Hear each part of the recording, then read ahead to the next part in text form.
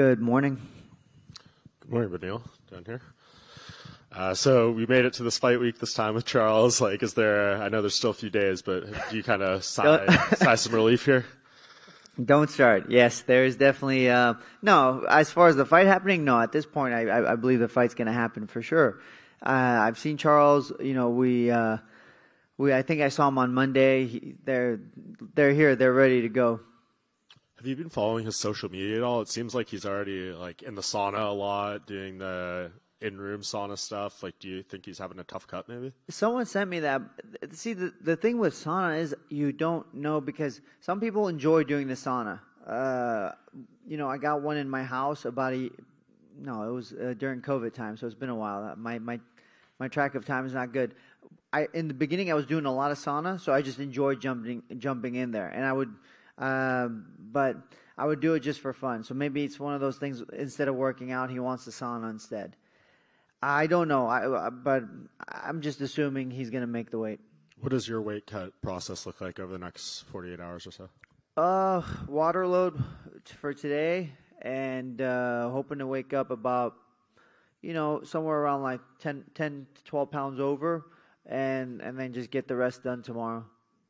And you've done a lot of media leading up to this fight, and it seems like you've been very confident in your ability to go with Charles on the ground. Is that something like you're embracing, or is that just if it happens and the fight goes there, you'll be very confident? I mean, I hope I'm confident in that. That's supposed to be my base. That's supposed to be where I started from. I'm a jiu-jitsu athlete. That's where I started.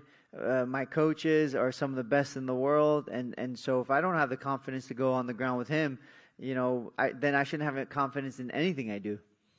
Where do you think he's at right now? Because he obviously lost the belt last time out, and he says like he won't even watch that fight, and just like that's not even him. Do you think that's a mistake? Maybe not, recognizing his flaws and how to build off that performance? I don't know. Everybody's different when it comes to stuff like that. I'm assuming the best Charles, the most aggressive, even defensively better than before. The way I look at it is I want to prepare for the guy at his best, and how would he be his best? And I kind of analyze what would I add to Charles's game to make him even more dangerous. So I'll add those things to his game, and I'll prepare for that kind of person. And to you, it seems pretty clear the stakes, right? You win here, you're fighting Islam in October in Abu Dhabi. That's how you feel? That is correct. I spoke with Hunter when we rebooked this fight, and that's what they said. I would be #1 contender. And when you just look ahead, obviously don't want to look past Charles, but like, what do you think of Islam? What do you think you can do with him that other people haven't been able to accomplish so far?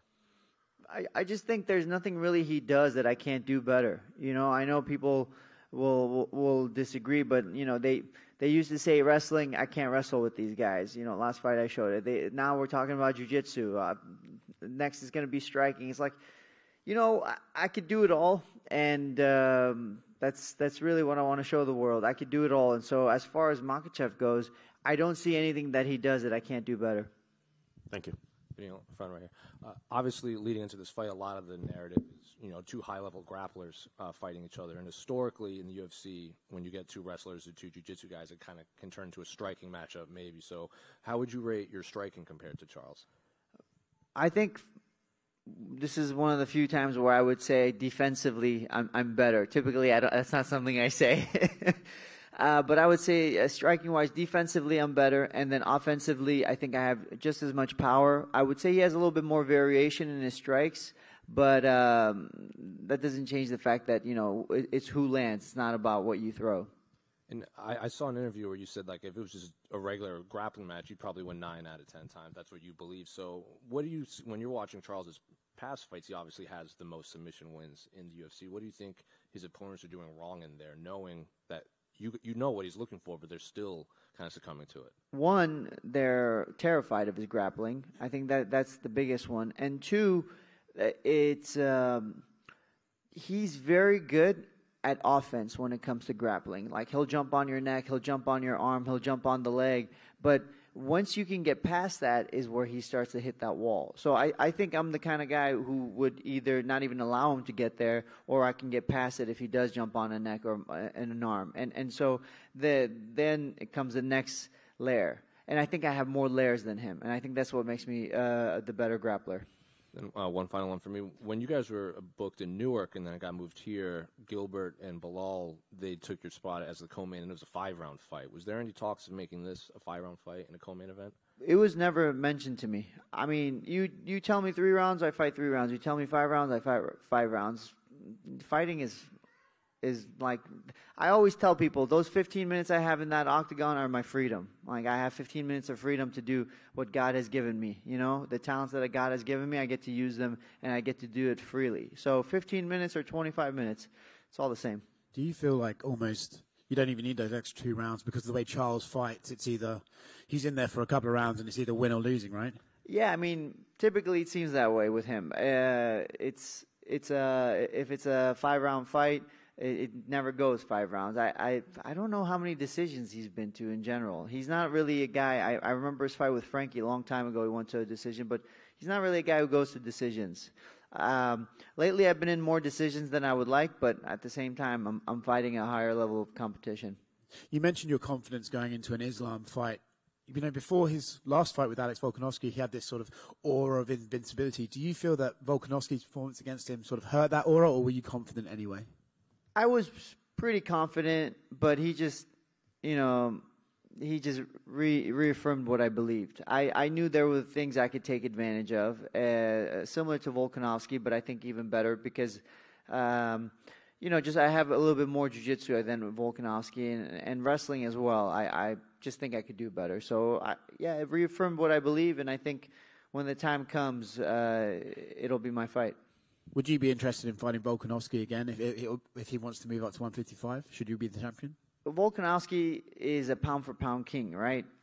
To say no to him wouldn't really make sense to me. I get an opportunity to fight such a great fight. The only thing is, I want to defend my belt at least against another lightweight first, because I don't want the division to get held back. That if I'm the champion and I have the opportunity between Volkanovski or a contender, I go contender, and then we talk about Volkanovski. So with that said, does it for you in your mind, not to look too far in the future here, right? But we got Gaethje and Poirier, and then potentially Chandler and Conor. Out of those two, which name out of those 4 would you like to defend your title against? Man, like I said, Lord willing, I win this fight, and then, I don't know what tomorrow brings. And then if things go well with Makhachev and everything, I believe it's going to be Justin Gaethje. He seems a little bit hungrier, but at the same time, it's hard to say with Dustin Poirier, right? I said this before. Dustin Poirier, what makes him special is when he starts to get tired, his details improve in the small movements. So he's a very difficult guy to fight in 5 rounds. I know this fight's 5 rounds. It is an elevation, so I think that's also another advantage for Justin. I'm still leaning towards Justin, but it's a hard one.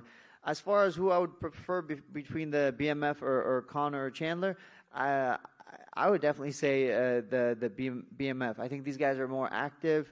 I think if Conor wins and he beats Chandler, I know the UFC will give him a title shot, but I don't know if he's really deserving of it. So I think the BMF title makes more sense. Beneil over here. I've talked to a lot of fighters about this fight, and the common consensus is, Beneil, we need to see him get that title shot. You have so much support going into this fight from your fellow fighters. What does that mean to you? It seems like across the board, everyone just really wants to see you get that opportunity. Having my peers just respect and show so much respect and say the things they say, it is awesome. Obviously, if you care about anybody's opinion, it should be your peers in your work, right? So that's great. It's the whole thing's been kind of strange, to be honest with you. I have fellow athletes telling me I should be fighting for the title. I have a lot of media telling me I should be fighting for the title, and then even the fans. I thought they were going to be, it was going to take me forever. Like I'd have to defend my belt before they say, okay, this guy's good. But even the fans seem to think so. So it seems to be the trifecta. It's just the UFC hasn't seen it my way yet. What was your reaction when Islam did end up fighting Volkanovski, and instead of you, like, were you annoyed? Like how did you keep your composure? Because I'm sure a lot of people in that situation would be really upset. You know, if it wasn't Volkanovski, if it was somebody else, I would be very upset. Because Volkanovski is the pound-for-pound king. He's defended his belt multiple times. So I understand that he has the privilege to do this if he wants. So and he did. It wasn't the best timing for me, but whatever. He wanted to do it. Great. That's the fight that happened. That's kind of what helped me stay on track. Obviously, I was still frustrated because imagine I should have fought for the title, let's say March or something, or February. That would have been incredible. But again, I recognize who Volkanovski is. I recognize how the business works. I put myself in everybody's shoes. Helps me to reset, refocus, and I'm here. You know, I'm here for Charles. This is what I'm here for.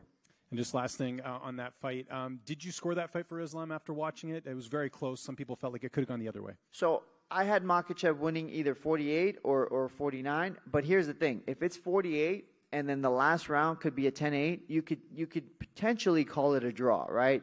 If it was a 48 card, I thought Makhachev won overall, but that last round was very interesting. And just one more, sorry. Charles takes a lot of damage in his fights. How much do you think that will play a factor in the matchup, just with the fact that you don't get hit a ton in your matchups? So the way I don't want to think of it like that, because if I think of it like that, here's the thing. You think to yourself, oh, this guy breaks. And then when you're in that octagon and he's not breaking, all of a sudden you start to question yourself. Or you say, oh, this guy's taking a lot of damage. And all of a sudden you start to dish out this damage and he's not going anywhere. It starts to mess with you. The way I look at it right now, the way I look at Charles is he's young, he's hungry, he's better than he's ever been. Striking in terms of offense, defense, grappling in terms of offense, defense, he's the best he's ever been. And he wants to kill me. So it's kill or die. I either kill him or I die. That's the way I look at it. I don't think about his past fights. I don't think about what's going to happen next. I'm thinking about Charles Saturday and what I need to do to beat him. Beneil, it's over here, just on your left there. Oh, here we go. Oh, sorry, right? Yeah, I was like... just touching on that, I mean, Charles does tend to take damage, and often you'll see him be on the brink of defeat, and then he rallies back. How does that factor into your game plan? Do you maybe take a step back? Walk me through that. Well, typically when he comes back from these defeats is because people are afraid of his grappling. I am not afraid of his grappling. I recognize how good it is, and I understand that there's danger in it, but I am not afraid of his grappling. So if something in that sort of situation does take place, I go to the ground and I lose my mind basically when stuff like that happens. I remember the fight with Diego Ferreira, second fight. I hurt him with a knee, and he basically pulled guard, and I could hear everybody saying like, just get up and just get up and punch him and finish the fight striking. But I thought to myself, why would I get up? I worked hard for this position. Why would I give up this position? And so I went as hard as I could for the rest of that round. And it was a decision. It wasn't the finish that I wanted, but I understand the difference. If I had been disciplined, it would have been great. But I'm not afraid of people's games. I'm not afraid of your judo. I'm not afraid of your wrestling. I'm not afraid of your jiu-jitsu or your striking. Whatever I need to do to win, I'll do that. And the two of you are really both kind of action fighters. What are you expecting from his pace, and do you think he can match your pace? I think he could definitely match the pace. I just don't know if he'll last, is the way I look at it. If we both come out and we keep this high pace and the fight goes the way, what most people are thinking, I think I'm more durable. So I just think I'm going to be able to outwork him eventually and just finish him like that.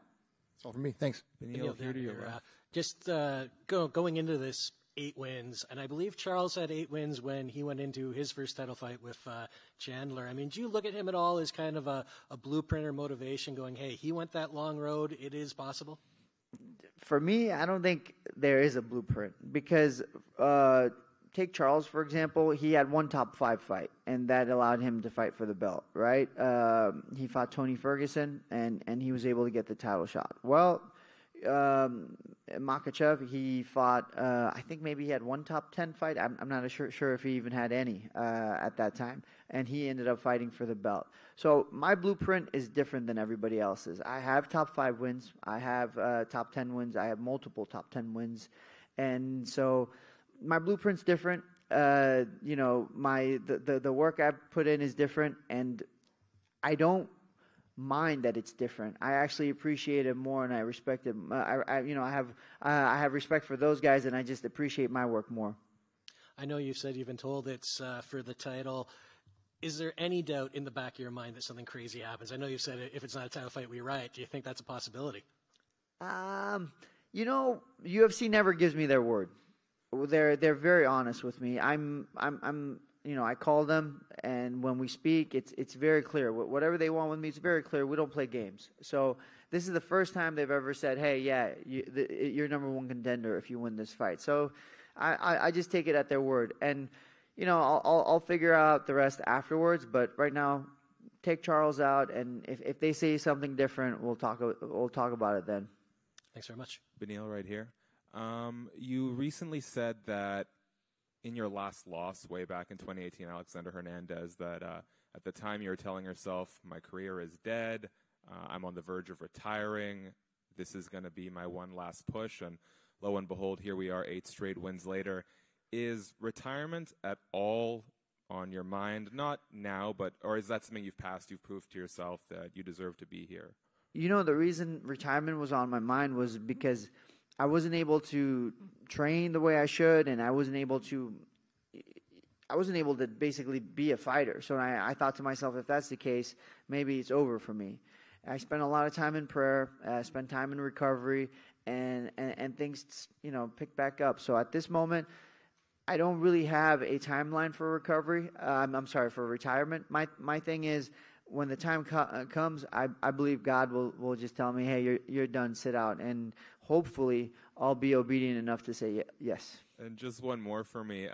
Around that same time, Charles Oliveira, I think at the end of 2017, was probably, had his worst record in the UFC. I think it was like 1-3, something in that range. And again, 2018, the start of an 11-fight win streak for him. Is there sort of an extra level of respect that you both sort of faced that kind of adversity and were able to turn things around at relatively the same trajectory? Man, from coming in, young fighter Charles Oliveira, and people like touting him, saying he's the next big thing. Then he goes on and has kind of like a 500 record, moves between 55 and 45, and he's just struggling to make weight sometimes. To go from that into that last run he had, there's a reason why he's a legend. That's the best way to put it. But look at him in Brazil. They idolize him, and I understand. I'm not a big on idolizing anybody, but I understand why. I understand why he's so loved in Brazil and why he's so respected. And I have a ton of respect for him. I just believe this is just my weekend. That's all. Thank you. Beneil's still over here. First off, welcome to Vancouver. Your you. impressions of the city, 2-part question. And at this stage in your career, the journey that you're on, how important is it for you to share it with your family? And does it help, maybe not as a distraction, but just enrich the experience no matter what city you go in? So Vancouver, I got to tell you guys, it is beautiful here. I didn't realize how amazing this place was because, it's a short flight, 2 hours. So people have told me to come here, vacation, and bring the family. You'll love it. And I'm typically so busy. I travel for work, and I just take my family. That's the vacations they get, right? But as soon as I got here, I realized I had made a mistake. I should have come here a long time ago. So far, we love it here. And as far as having my family at Fight Week, I got to tell you guys, I brought my daughter and my wife, last time to Abu Dhabi, long flight, and almost felt like every fighter there was looking at me. Not every fighter, but pretty much a lot of the fighters were looking at me like, "What the heck is this guy doing?" Right? Like he's here for maybe to collect a paycheck and go home. But the thing is, I don't know how to explain this to you guys. Fighting was always easy. Fighting was always the first answer. Like, as a kid, I had a problem. Let's fight our way out of it. it's not hard to throw me in somewhere and say go to the death for some reason. That's just the way I'm built. But now tell me to be patient while my kid's screaming. Tell me to be patient with my wife who we can't seem to communicate at times. These things are difficult. These things I have to work harder on. And to separate myself from them for 1 week, 2 weeks, I'm adding to my difficulties. It's a lot easier to just have him here with me. And when the time for the fight comes, I'm going to kill or die either way. So it's not an issue. Lastly, as a guy who's eventually going to be fighting for a championship, your fight is just before Amanda Nunes. The level of respect that the male fighters have for what she has accomplished in her career as being one of the greatest of all time, male or female. Yeah, we're talking about Amanda. Yeah, oh my gosh. So a lot of people have been, telling me you're the main event, you and Charles are the real main event, blah, blah, blah, blah, blah. And I have to make sure I pause and let them know, listen, Amanda Nunes, arguably the greatest female fighter of all time. I don't think I don't agree with what they say. Basically, I tell them I think she's there for a reason, and I agree with that decision. And it's a privilege for me to be on the same card as her and to be the co-main event of that card. Right here. What does it do for your confidence to have Rafael Cordeiro in your corner? Fighter who's a builder and pioneer of the Chuta box, which is the very gym your opponent's now fighting out of. I don't really think of it like that. I just think of, man, I have Rafael Cordeiro as my coach, as a father figure. So that's really how I look at it. We've spent years together, and he's taught me so much. Those are the things I care about. It doesn't give me more confidence knowing that he was a former coach there. It just or founder or part of the foundation, whatever you want to call him, a pioneer there. I just have confidence in what he's taught me. I have confidence in the work I've put in, and I have confidence that this is God will give me this victory. That's what my confidence is. I'm just curious. How do you think Conor McGregor will do against Michael Chandler? So, to be honest with you, I think Chandler stylistically is a good fight for him, especially the Chandler we've seen the last couple of fights. Reckless, doesn't use a lot of wrestling, and seems to get tired. Right? I would say stylistically in the top 5, that's the best fight for him. The issue now becomes, Chandler's been in the heat. He's been in the fights. He's been having these fights, and he's have tough fights, against good guys. So it's not like he's just coming off the couch. I think that's going to be the problem for Conor, is fighting someone who's been in that octagon and he hasn't been there in a while. But I think stylistically, Conor's striking is slick.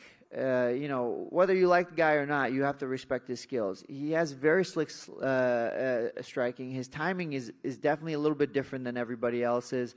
And I think his grappling is actually not bad either. He has good grappling.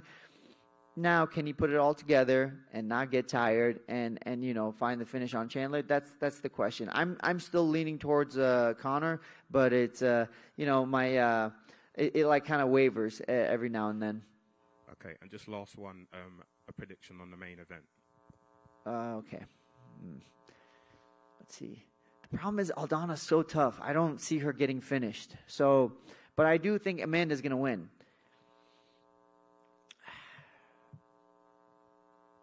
You know what? I'll go with Aldana. I'll just go with an Aldana. We'll go KO Aldana like 3rd round or something. To your right, Beneil. Here. Hey, when you're studying Charles, obviously he's very erratic and his style is kind of hard to mirror. When you're looking at him, is there one area you can pinpoint where you know that you're better than him? There's many areas. Obviously, like I mentioned before, I think the grappling, I think the wrestling specifically as well, striking as well. I know, like you said, he's got wild striking, but I think what I do in my basics, I do better than what he does in his erratic movements, like you called it. So there's many points that I see a difference in, and I think I can take advantage of. Thank you.